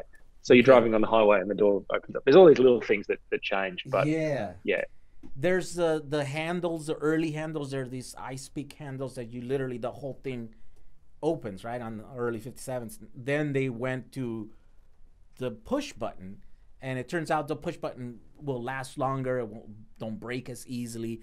You can lock them from the inside. You lift the thing. They have... there's a lot of little things. The dimensions on the inside of the buses, like my early one, the hatch is too small. So it looks cool. You have extra room to put little windows on the corners, but it's really too small. You have this large area for luggage, for cargo, but you have this little hatch next to it. So you're like, and then on the newer ones, the 60s, they went to like a big one that now has self holding hinges, all kinds of little things like that you don't know and don't appreciate until you don't have them, So you're describing a lot of things you're describing. What's funny is that Land Rover that became the Land Rover Defender, which a lot of those problems you're describing now are only solved on the 2020 Land Rover Defender that just launched. Oh, wow. So things like they're barely getting there. door handles with push buttons didn't exist until when would have been 1990 somewhere. So even up to 1984, you were still getting these 1940s door handles and bits of metal that you had to use to hold up the tailgate and all this kind of stuff. Wow. And even then, I had a Land Rover Defender that was from 2015, and even some of the door handles on it, particularly the rear door, was this weird sort of hole, and you had to get your hand in just right and flick the switch. And that mechanism was the mechanism that was used in the 1950s. And it was an interchangeable part. It's ridiculous. So they only really, whereas Volkswagen were actually thinking about users, they had a bit of money, they could update the cars, they could put in some of these modern features. Land Rovers were at first they had some money, but then, British car industry wasn't great through the 70s and 80s. They had no money. The only things that changed were when it was absolutely necessary. And even then, dangerous, maybe. yeah, dangerous, or they're forced to. And even then, it was like they'd have big parts bins. They clearly ordered, you know, in the 1950s, they ordered 1 million of that part, but they only made 200,000 cars. So they've still got to use that part until like 1995. And so we're dealing with even things like, you know, not just the transition from, you know, imperial bolts to metric bolts, but there's also older standards. So there's Whitworth, which is a British standard of bolts, which is different again. And you think, you know, you take a 11 mil spanner and a 7/16 spanner, and you think there couldn't be any size between those two. They're the same size. But no, Whitworth bolts live in some weird quantum world between those two sizes. Pitch threads are different and all that stuff? Different, head sizes are different. Then you have British standard fine, British standard coarse. You have all these different, and there's a transition from the 70s when they went metric in the UK through to the 80s where you can never be sure what kind of bolt will be used. There's a point where it all became metric, but for a long time it's just a guess. It's whatever, you know, box the guy on the assembly line reached into. Wow. Yeah, I guess there's some similarities in BW too, where there's some hermaphrodites, they call them, some of these vehicles, where they were right in between the changing of the styles, and they would use half of the parts from the old style and half the parts from the new style, and that's how they left the you know, the factory or whatever. And I guess that's in every car. Like there's a ton of that happening in the car industry. But when you don't know, you're like, oh, these buses, just weird, like these bugs that have the, you know, the thing, whatever. That's just when you get to what are the things that, in my case, right? Let me phrase this question a little bit better. In my case, I really appreciate the classic design of these buses, right? Again, I drive them because I appreciate that, the styling, the classic style. It's not because it's a good car. It's not because it's a safe car. That has nothing to do with it. Like that, in spite of being unsafe and a terrible car, I decided to drive it because I like the shape. Yeah, there we go. You put the thing in there. So some of those things are like, in my vehicles, I think when you look at it, you won't be able to tell that it's a resto mod, right? Because I'm putting back the knobs, I'm putting on the old gauges, I'm figuring out how to like maybe get these old gauges to kind of work, to give you the information that you need, but to do it in a similar fashion, right? Because I appreciate that styling. On your side with these vehicles, how are you, like, where is the line? Where are you going when you're redoing this stuff? You know, it's like, yeah, I'm just going to bring up try and find a photo here, because that's a big thing for us, is like, how do you make it, again, that sort of idea of how do we build the imagination, like your imagination of what one of these cars should feel like. So I'm going to bring up a dashboard is a really interesting part of that whole, that's the cockpit, whole that's, thing. That's it's the cockpit, right? And it's that's your connection to the machine. Yeah, and so when you're dealing with a classic, they didn't necessarily have a lot of things, and so yes, so you know, these cars, if I get into the right side of the car, you can see it had that central area. They had a speedometer and a temperature gauge and not much else, and a few switches. What they didn't have was what you can see there is how do I do this? Speaker grills and things like this. Other areas, we've got electronics back there. None of that speaker system was real. What you can see down below there. That's a new addition. You put those. So that's all new. That's all us thinking. How do we? People want music. We've also got to hide, like, people want power steering, which we've got to hide the motor for. Yeah. Wiper systems that work. All these other kinds of things. So we basically redo the whole dash, so we can have. So it's all CNC machined. New dashboard, and then we use a lot of marine components, so for boats, right, because they're all weatherproof, and if we don't have a roof on this thing, that's nice, and the steel and weather sealed. And then you can see down there, where am I going to So that black down there, that panel lower section, that black panel's all new. And okay. yeah, so originally they had a lot of them had like a hand throttle, so that you could use it as a tractor. You know, like on a boat, you can sort of set the speed with a handle. Oh yeah, yes. They would have them on this because you might use it as a tractor in your field, or also you would have to set you could set a speed, and you can use it as a very, very dangerous cruise control as well. And also it could be used. They had a power takeoff, so you could put in a third prop shaft and run a circular saw or a sander or a plow out the back of the vehicle. And that was used so you'd put the gearbox in neutral, but you'd be sending power out the third prop shaft. Anyway, so there was stuff down there, but we then built a new panel, and you can see that's a, Curtis. So originally there was a panel there. There might have been a panel. There was a panel. There was a sort of a panel, a kind of a latch that held some stuff on. Yeah, I'm doing that too. It's space. There's buttons that now we don't need to use. Like, for example, there's the whole heating system for the BWs are these cables and knobs, and you pull and you flip. And I'm like, okay, let's not get rid of those. We need switches for things. Can we just reuse those, right? It would just repurpose some of those. So you retain the styling, but you gain back some more functionality. I'll just bring up another background here. Maybe this makes sense. So you can see if I get in the right spot. So in that lower panel, so like a really small stereo that still has, Bluetooth and Apple CarPlay and all these little, in this tiny sort of marine panel. And then having the video that we downloaded. Oh yeah, there's a video there. But so I think we downloaded this video where you're talking about this, and we could play it. Oh yeah. Yeah, so that's been the big consideration, like I was talking about before, that idea of getting the user experience right, is how does someone get in the car and just press D and put their foot on the accelerator. So the video that you might play is sort of me talking about the prototype version of the electronics that did this, that make it so that when you turn on the car, it always, I guess, boots up or starts up in neutral. Which of course on an EV motor controller is just don't connect a wire to anything. Yeah. And then that means even if you've got your foot on the throttle when you turn the key, the car's not going to go anywhere. Yes. But it means you can leave it in, say, second or third gear and never have to shift out of it.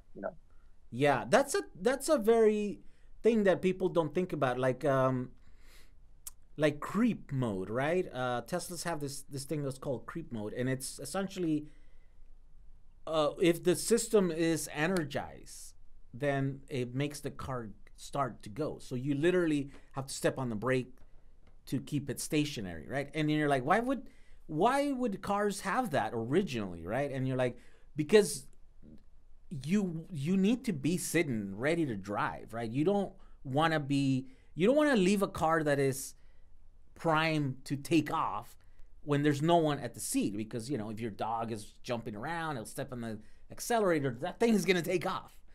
And that's a thing that you literally cannot do with the modern cars, because when you put it in gear, when you put it on drive, you literally have to step on the brake, or else it'll start going. And yeah, well, you've got this idle, you've got this engine idling that you've got to deal with, right? It's not a feature. Yeah. It was a problem. Well, I think maybe at one point it did become a feature, because I was thinking about that. I'm like, I guess they could have put it so that the idle could be below the thing where it starts moving. You know what I mean? Like if they idle it or something, they could put it so that it doesn't move. But then it would allow you to not be paying attention, right? And not be sitting there when you would press on your foot on your brake. And so that means that you could accidentally activate the vehicle on drive, and it's primed to go. But if you're not paying attention and you accidentally press on the gas, then boom, you'd go. And so I was like, we need to kind of design some systems like that around our electric cars, because mine is like that. I could literally turn a switch, put it on forward, and it's primed to go, right? Yeah. It's an interesting thing, right? What do you try and emulate? These cars don't feel like a new car, so that people aren't expecting them to operate in the same way. They're already getting into an electric car maybe for the first time, and thinking and being open to a new way of operating it. And so we had you know, this car has a Curtis controller and a AC51 motor, and you can set an idle speed and you can set a crawl, right? And make it feel like an auto. And to me, that felt, when that was too high, that felt wrong. It's like, why we've got this feature that allows you to have the car just sitting there and not pull itself forward. Why do I need to? It because I guess maybe it was like, you felt like you're in this manual car. You were forced to use the clutch in a way that you didn't need to. And so the operation became harder because we had this thing that was trying to emulate an auto, but it was in a manual and it was all kind of weird. Yeah, you have to start asking if there might be a better way to implement the safety features without using the byproduct of a gas engine and whatever they had, the old system was using, right? But it's different for every car, you know? Yeah, I thought about, I spent quite a bit of time thinking about this, right? Because I have dogs, and I thought, man, I got to fix this, because my dogs get step on that accelerator. They get excited to run around the cabin. If my system, my system is terrible. I have to energize my system to have like my sound system going. So I'll be like in a car show or something, and I'm like, oh, let me put some music or whatever.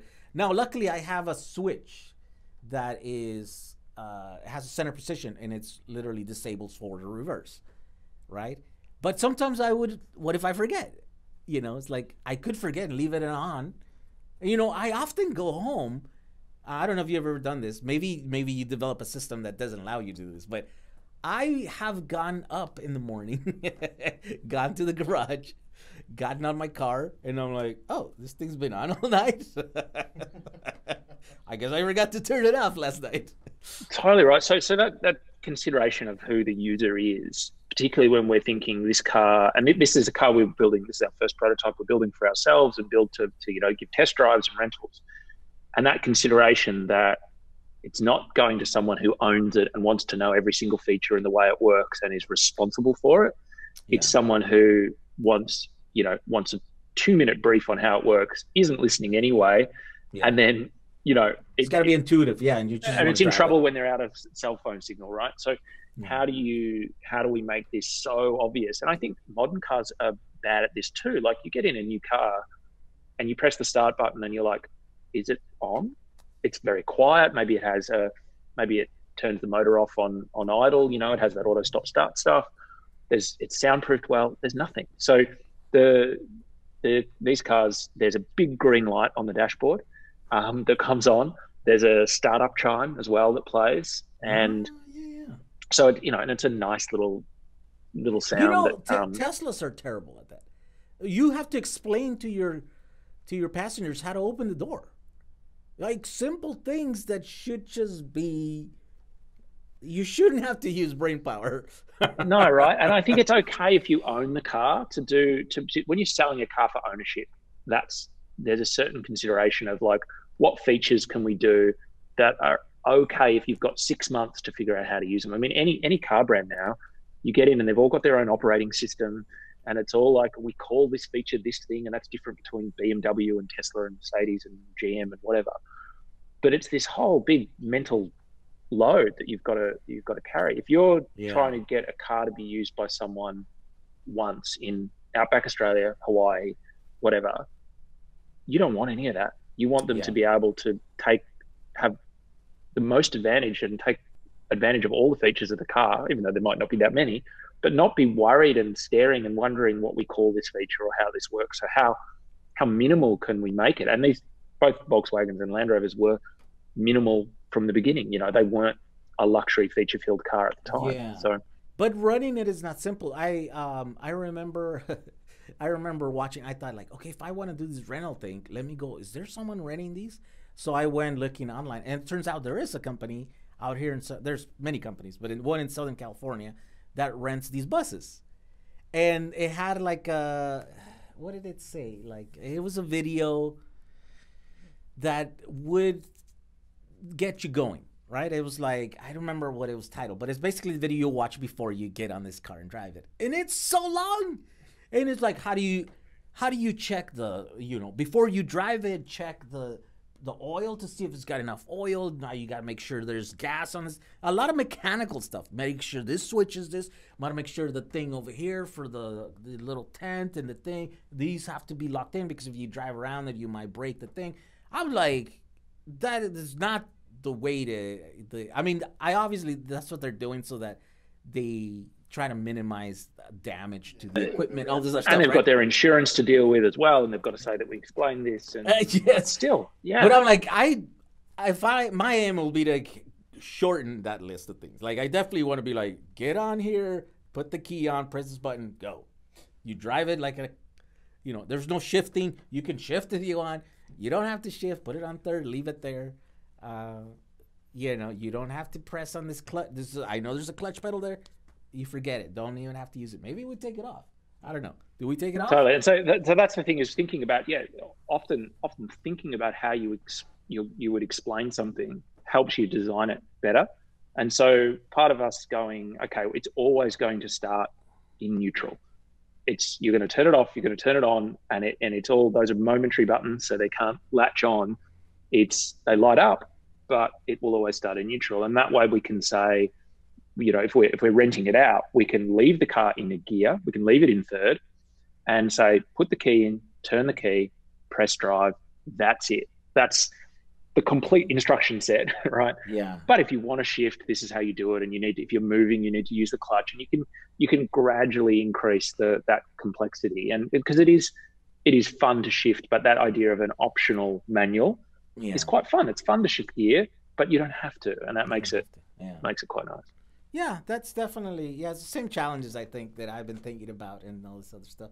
I'm going to have to touch base with you because you probably are going to move faster than me because I'm still setting up here in my shop. And, it's, I haven't even started working on mine, right? And then I think you are already on your way and you probably will have some deliveries. So you'll have a lot of field testing on some of these, right? So you say you already have commissions, right? Like there's we're booked out. We're booked out till the end of next year.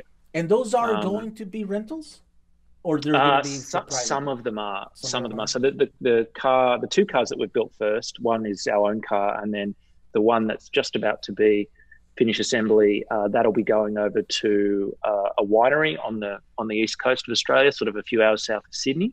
And that'll be available for rental. We already have 300-400 sort of people on a waiting list. So people want to do this stuff, right? Yes. So it's exciting. We've just got to convince more places to sort of buy some cars and put them out there for rent. Yeah, that's a good. Yeah, because you got to get to the point where you're taking data points from all those, right, and see how. What are those obvious problems? I mean, I think it's a pretty straightforward thing, to tell you the truth. On my side, I'm trying to figure out the rental because I want to do the rental, right? Not give it to someone else that is going to handle. And I'm like, well, there are platforms already for rentals. What's that one that rents the one for the phone?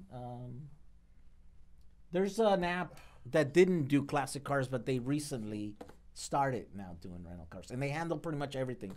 And I envision basically like having a person manage, go to wait for the customer at the airport, and when they arrive, they're like, "Here's your key, we'll see you and whenever you depart." We know. Yeah, because there's like Airbnb platforms for car rental kind of stuff. Turo. Yeah. Turo. Yeah. Turo. Yeah. So we don't have Turo here, but we have we have a startup that we're working with that is all about EV sort of car rental, car share. So private ownership cars you're not using your Tesla every day. So why not let people rent it? Yeah. That's the only thing. But since I have a couple of years before I'm done with these, right? It's a huge investment because I'm funding everything myself. And I want to do. I mean, it doesn't make sense to have anything less than 5 vehicles, maybe, right? Because I'm 5,000 miles away from, or 3,000 miles away from. So the reason I want to do Hawaii is because people are going there on vacation for 3 days to a week at a time, and whoever's going there is dropping quite a bit of money on a rental car already. And the islands are small, so I don't need long ranges. And there's a 35-mile-an-hour speed limit on all the islands. So, you know, that fixes a bunch of the problems, a bunch of the issues that I would have, like, if I were to do that business model here in California. Here, it's just land. I mean, you can go 1,000 miles this way or 1,000 miles this way. A lot of the people that would want to rent the thing would be like, hey, we want to go to Yosemite, you know, or we want to go to... Yeah, and it's just not, it's not the car for that, right? And so that's, for us, it's there's places like Tasmania, like the sort of southern state, which is its own island, and, you know, really, it's 2 hours from end to end, is a great place. People fly in there, and a lot of, you know, sort of if you go further north and you go into sort of tropical places where, you know, there's a lot of stuff within 100 kilometers, but then there's nothing for 700 kilometers after that. So you're not going to go any further because there isn't anywhere to go. So having, a similar kind of thing. Yeah. How are you dealing? So another thing that I'm thinking about is Hawaii is a very wet environment. It rains a lot. There's a lot of moisture in the air. So I'm like, I mean, you know, I live in California. It doesn't rain here. Like, literally. There's like maybe 5 days out of the year that it rains. And I mean, so much that on this bus, because it's kind of temporary, I'm like, boxes for the batteries? Screw it. I'm just screwing the batteries on the bottom of my bus. So they're literally exposed on the bottom, right? And I have driven through when it rains, you know, like I literally live like, you know, 1,000 feet away from my office here. So, but it's like, I'm always like, I'm getting all my batteries all wet. I'm like, let me check. And last time I checked, all the connectors for the balance leads, they were kind of rusty. They're kind of starting, and I'm like, oh, great. I'm ruining this battery pack essentially, right? But I have to, on this bus that we're working on right now, we're putting quite a bit of time and effort into trying to weather seal those boxes because they're at the bottom. They're literally inches away from the ground. That stuff it's submerged underwater often, you know, when you're in a vehicle. Yeah, that's right. So I'm just trying to pull up a shot of what we're doing with boxes, because I guess the thing is, you know, these depending on where in the world where in Australia they're used. You know, we have, you know, it can be super dry desert to super rainy tropics, all that kind of stuff. But it's a consideration of how people expect a Land Rover like this to be able to cross a river, right? Or go through a certain amount of, you know, this is a bad photo, but anyway, just that, or be able to take a high pressure hose and clean the engine bay. So that's a weird little close up of connectors. So all our cabling through sealed, you know, that's a rubber coating, but this is all, you know, high voltage electrical stuff that's been used forever in different applications. But you're using steel conduits. Conduits for all the stuff through waterproof plugs into everything being waterproof, so that although we're not going to say that that you should drive through a river, if you did, we want you to be able to deal with that. And I think, you know, the other thing is that a small bit of moisture with 140 volts is going to fry off pretty quickly, but you don't want a lot of moisture. Yeah. Well, the thing is, you know, we lost one of our modules, and so we bought them maybe 6 months ago. And what happened was, now I understand why Michael doesn't like buying modules. He likes buying entire car battery packs, and that's because most people don't know, and they're not careful when they take these apart. So there's a whole liquid cooling system on these. And Michael, what it does is he's got these little booties, these little plugs, rubber plugs, that as soon as you take out the module, you put those plugs in there. And he doesn't have to worry about emptying the lines, which is virtually impossible. I mean, I don't know how you do. You put some air. Yeah, I don't know. I've seen the cooler. It's there, and it's this thing, right? So it turns out that if you're not very careful, it can get in between the plates, because they have these covers.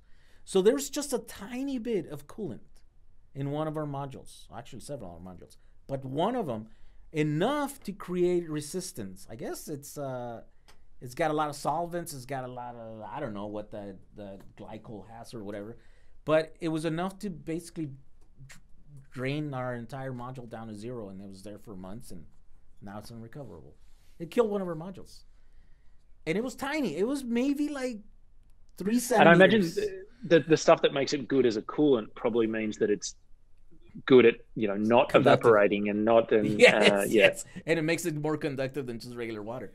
I'm sure maybe clean water wouldn't have done anything, or maybe would not drain it as fast, but it seems like maybe it is somewhat conductive enough to drain an entire pack. That's a lot of energy.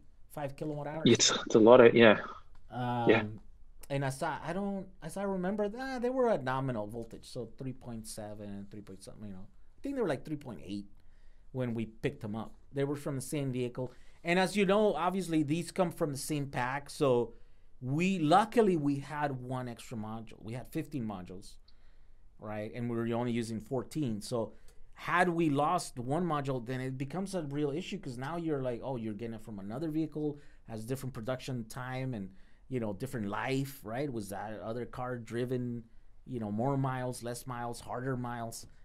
So it becomes more of a thing. Now you're making your BMS work harder, which is, you know, yeah, that's all the considerations that you. By the way, have you had trouble with these Cal batteries? Because these originally, when we used to build with lithium iron phosphate, that was the major problem. It was the fact that the cells were so different from each other. The variance between one cell to the other one were drastically. Out of 100 bricks, there was like 5 that were way out of spec that we couldn't use them. And so it would kill entire battery packs because there was no BMS that would handle the variance. The variance. Yeah, so we I mean, yes, we've seen it. And I think, I mean, I guess it's probably, I'm hoping it depends on supplier, or maybe the quality's got a little bit better, but you can see that variance, or you can just, you know, one of them's just the terminal threads, you know, or weird little things like the amount of manual labor connecting, you know, 130 cells versus 10 Tesla modules is huge. High as well. power points too, not just any kind of, these are gonna see we've obviously, you know, we sort of top balance them, and then we do a capacitance test across them as well. I guess when we're building a car over months, you also sort of have if you plan it right, which we don't always do, but we have the time to, you know, run some capacitance tests over batteries and go, look, this one's been on charge with all its friends and they're all at 3.3, and why is this one at 3.28? Like, okay, let's just put that one aside and see how it goes. So most people, what they used to do was just like, oh, let's put it in there and hope for the best. And then, you know, 6 months later, you're like, hey, we're stuck. All my batteries are overcharged. Why? You know, it's like, well, because you lost one. That weird one. And so considering, I mean, really what you're doing there is you're building your own Tesla module. Like, that's you know, you're taking these individual cells and building a module out of it. There's a lot to think about in that. And so the other thing we do, you know, in the current car that we're building, that blue one that I had up before, that has 3 packs of 44. So there's 44 in the front and 44 on each side. And each of those, you know, a BMS doesn't really want you to deal with cells in parallel and different things, because it will try and balance and pull all the current and, you know, do all the bad things. But we basically have the BMS controlling contactors in each of the 3 packs, so that they are electrically disconnected. But it also means that if we detect any variance in any cell in any one of those 3 packs, we can disable one of those packs. And because each pack of 44 cells gives us 140 volts, it means that you just have a third less range, but you don't have reduced performance of the car. So the consideration when it's for rental is that what does a code, whatever, 28 mean on the spyglass? No one knows, but we can trigger a battery warning light. We could put the car into, you know, we could reduce the performance. Sorry, there's a visitor on the call here. And be able to just go, let's be overly cautious and just turn off that whole killer contactor for that whole battery pack. You've still got performance. You've just got a bit less range, just to be to be able to deal with that, because you just don't quite know. And you're trying, I guess, building in some of that safety systems that Tesla modules kind of have. They detect one of the cells dies, and that module would understand that the fuse will blow, and it'll turn off. Well, the thing about the Tesla modules, they're incredibly well matched, right? I've been running for 7 years without a BMS. I still don't have a BMS in my bus. I did lose one module, and I don't know why. I haven't had time to check it. I was like, I'm gonna check it because I want to see, right? But I just took it out. I just took it out of the pack, and so I'm like, but that is crazy. I mean, I'm doing the crazy thing. It's not like, do I check my voltages all the time? No, I never check them. No, but you shouldn't have to, right? I got tired of checking them. Like after like, 6-7 times or whatever, you're like, oh, these are perfectly balanced at the bottom, perfectly balanced at the top. These are very, like, I mean, Tesla did a very good job making these battery packs, right? And so this is the early stuff.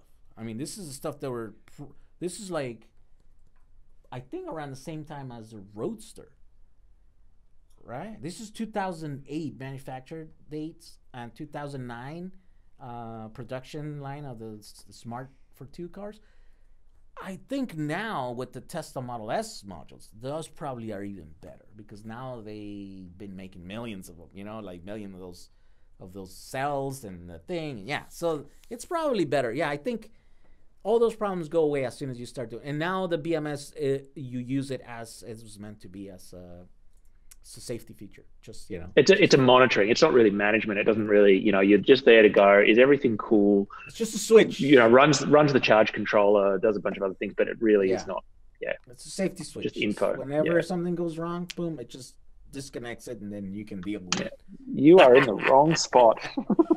So there's another thing that I was thinking about doing on mine is building a safety margin, right? Like hiding a switch that would turn on an extra like 10% battery or something. So basically, like, I'm like, no matter how much instruction you give to a renter or a person or someone that you're gonna hand it, there's a number, like a percentage of people that are going to call you 2 days into be like, hey, my car doesn't go. Why? And it's like, well, did you charge it? Yeah. No. Yeah. So just going, what reads as 0 on the fuel gauge is actually still 20% reserve kind of thing. Well, I wanted to even go a step further and actually disable the car when it reaches 0, but then put in like a secret switch. And then when the person calls me and then it's like, hey, I ran out of gas. Okay, you didn't charge it. Okay, here's, look in the glove box. There's a red switch. Pull it. You got 10 miles. Go straight. It's a good idea. If you there's a with now modern technology, like there's a charging station 6 miles away from you. Go straight there and plug it in. And that's relatively straightforward. You're just using the BMS. You're just reading the state of charge or the voltage, and then you just go and then you just say, hey, look, disable this contactor at this point, and then flick the switch and turn it back on. Yeah, it's a good idea. Yeah, I think it's a good idea, because you will get these people that won't, even if they see 0, they'll be like, it's like there are, the crowd of people that drive on 0 on empty. Whatever. Yeah, you get. There's a name for it. It's a whole subculture where people they like the thrill of driving. But don't like having that orange light on. No. Yes, and they're like, "Hey, I just did another 30 miles. Like past the 0 point." So look how much dirt in my fuel tank I've put through the engine. Like, cool. They don't understand that. They're like, but what if you rent to one of those guys, right? All right. He's the thrill of, it says 0% on my battery. Well, you start to get some kind of challenge where people are seeing how much range they can get out of one of your cars, and then every renter's wanting to jump on that. Like, so you want to have a system that, basically lets right? Because if they stop, then they're gonna call you. Well, maybe not. Maybe they'll try to figure out on their own. But maybe it's not a switch, right? Maybe you just control it remotely. That's right. You're like, okay, I'm gonna open it up, and you have 10 miles. Don't call me in 10 minutes, and you're stuck again. Yeah, a little Arduino with a 4G chip in it and a there you go, and a CAN bus module, and you're done. Yeah. There you go. That's an idea that I was thinking about. Implement it, then I'll copy it from you after. Okay. Because there's definitely every business, every venture requires quite a bit of thinking, right? And I definitely don't want to jump into something that I'm not ready. I kind of learned that early on with my businesses and stuff. My early business, I was like, "What? We need someone to do something? Hire another person." Okay, and it's like, hire somebody. Oh, that guy needs an assistant. Hire somebody else. No, then I had like a overblown like staff of 30 people working for me. That was. Now I'm going like second time around. I'm like, okay, let's do this a little bit smarter. How long can we push until it's Yes. So it's the same thing with these business ideas. I'm like, okay, I'm gonna build these. I'm gonna go slow. I'm gonna buy the cars. We're gonna keep them there. Try to get the right ones. Build the one. Get the right battery. Definitely the batteries are really cheap in the States right now. I think I'm gonna be able to build 200 miles for under $3,000. Yeah, but about $2,500. Is it $2,500? Wow. Yeah, because I'm getting into all these battery deals because I'm also selling, right? So I finally gave in and I'm like, okay, I'm going to start. I didn't want to sell any products at first because I've been that route and I know how much it works it takes and stuff. So then I was like, no, I'm just going to concentrate on creating content and, maybe getting sponsorships and, making deals where I can make commissions off of these batteries that I'm selling and all these products. But eventually that's it's troublesome. It's challenging. And so I thought I got to be diverse. So then I'm going to start selling these batteries and stuff. Right. And so now because I'm doing that, I have access to this large volume of batteries. And this last one that I just got, I'm like, oh my God, I can get 68 kilowatt hours for like $2,500. I'm like, I guess I got my battery packs for my buses, It just will require me to actually engineer a pack. It's a little bit more modules. It's like 140 modules instead of the 7 or 10 modules that you would do with the Model S. But because of the savings, I think it's worth it, right? Oh, actually, the only thing that they won't have is the cooling. The cooling, and you're not building performance cars. You're not necessarily needing 300 kilowatt charging. Yeah, the only reason why you would need it is if you wanted to DC fast charge. But I don't think you'd be able to get that in Hawaii anyway, so you don't need that. And our systems are super small, 80 kilowatt, right? 80 kilowatt peak. They're literally like 40 kilowatt systems on a 68 kilowatt hour battery pack. Yeah, it's not the right. I don't know. It's not the right. It's like not the right vibe to be needing to DC fast charge at some incredible rate. Something that is designed to just cruise around slowly. Yeah, not for this one we're on, but.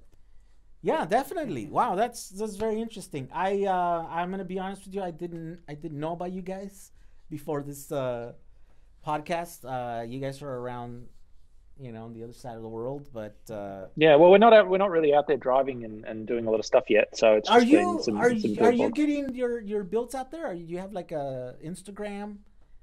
We've got an Instagram. So Jaunt Motors. We are on all the social channels.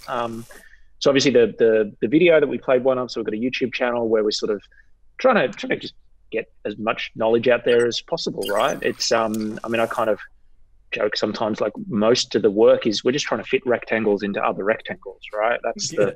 That's the challenge of EV conversion is fitting the batteries and fitting everything in, not so much making the wheels spin. So just talking about, we put out a lot of content talking about the design and the user experience and how we integrate the new tech and how we make it work nicely. And a lot of it's just, old Land Rover restoration stuff too. But yeah. Wow, that's cool. Yeah, guys should follow. I'm going to follow you guys because I didn't know about you. And we know because of Conrad, right? Yeah, we had him a couple weeks ago. And so, thank you for being in my podcast. Thank you. It was great to chat. I hope all the success to you guys. And, one day I want to find myself in Australia, and maybe I'll get you to drive one of your converted vehicles. Yeah, I think we can exchange gift cards for rentals of there you go vehicles. Yeah, and then whenever you want to go to Hawaii and we're ready to go, we'll have you go and test one of our on our buses, on our fleet. Yeah, that'd be great. Don't drain the battery. Yeah, don't drain the battery. No, then But I'll know where the switch is, right? So it's fine. I already know there's a secret switch, right? Maybe so, I'll tell you there's a switch. Maybe it's remotely controlled. I'm going to bring a screwdriver and I'm going to take apart every panel to find that switch. There you go. You'll know where to look for it anyways. All right. Well, thank you. Wish you best, and we'll see you on the next one. Stay in touch. Cheers. You too. See you later. All right. Okay. Bye.